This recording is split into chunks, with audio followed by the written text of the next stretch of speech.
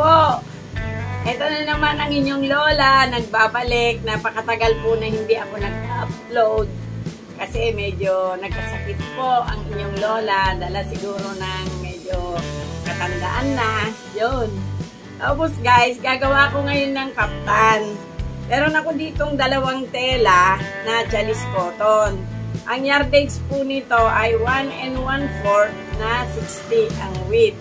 Tapos, isasabri na lang po natin yung leeg at diretso lang po yung sleeve natin. Pagdating po dito sa may kilikili, kung ano po yung gusto nyo luwag dito, yun po ang tatahian natin. So guys, gagawin natin.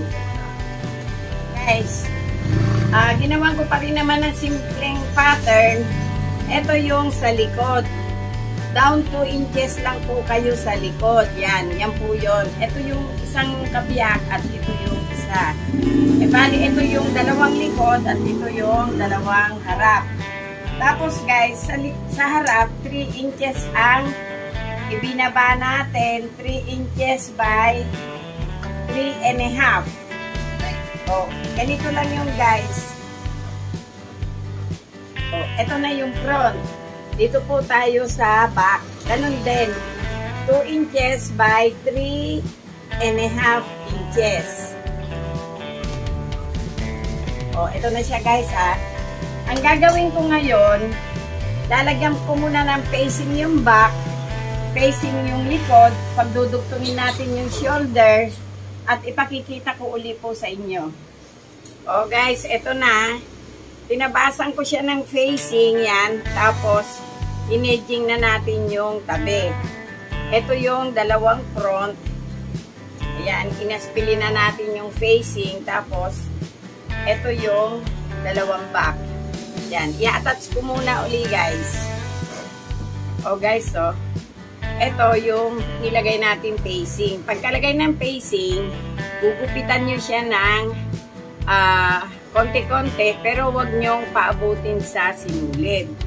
O, yan, ganun din ang ginawa ko dito sa harap.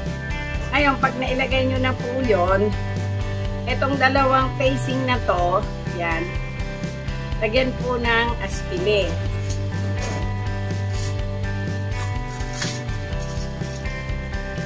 O, ito guys, yung dalawang facing natin. Pag tamain nyo siya doon, lalagyan nyo po ng aspili doon. Diretso po kayo dito sa manggas.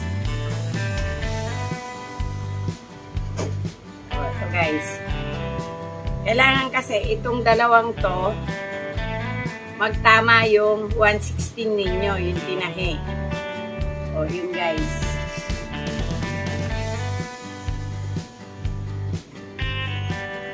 Tapos, i-connectan nyo siya dito. Bali, ito na yung pinaka-shoulder.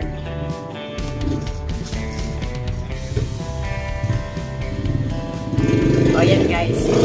Ngayon, ito, tatahiin ko ito, papunta dito, tapos, ipa-pipe thread na po natin yung dalawang side. O, guys. Ito na yung facing natin, o. Pinupitan natin kanina, 1/16, tapos, pinagdikit natin yung shoulder. Kaya, ito yung labas niya ngayon.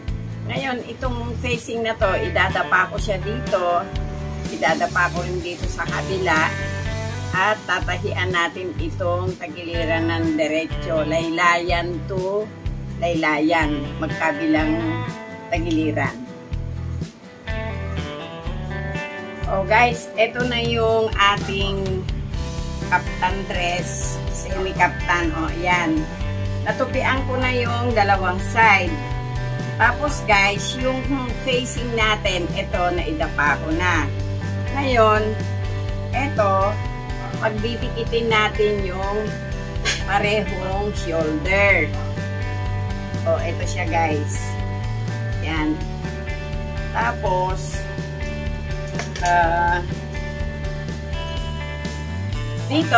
mula dito sa shoulder, bababa tayo dito ng 10 inches. Parang ito po yung pinaka-kilikili natin. 10 inches. Yan. Ngayon guys, dito sa tabi, ayan, eto, kukuha lang po ako dito ng 2 inches. Yan. Hanggang dito sa ibaba. Kukuhitan po natin ng 2 inches. O, yun guys.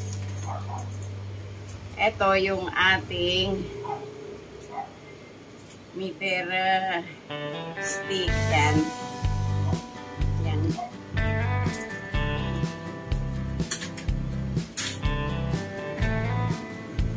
O, yan. Ngayon, dito tayo nagguhit para hindi nyo na siya baliktarin.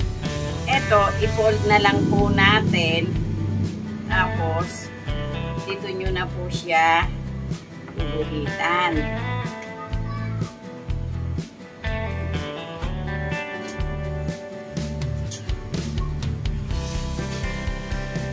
O, yan guys. Kung ano yung ginawa ko dito, ganun din ang gagawin natin dito sa isang ito. Tapos guys, lagyan nyo dito ng tandaan kasi andito lang yung kilikili natin. O, tatahian ko na yung magkabilang tabi.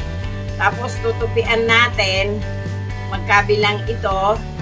Tapos isusukat ko mamaya sa manikin guys.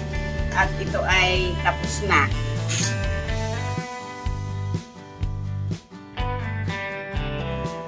Oh guys, ito na yung isang kaftan dress natin. Oh, ayan oh.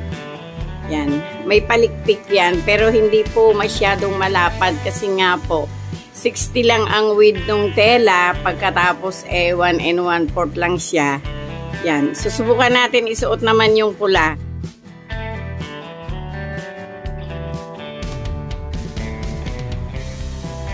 Oh guys, ayan na yung kulay pula na ginawa rin natin. Kapareho din nung isang print na black. O yan, may palikpik din po yan, magkabila, 2 inches.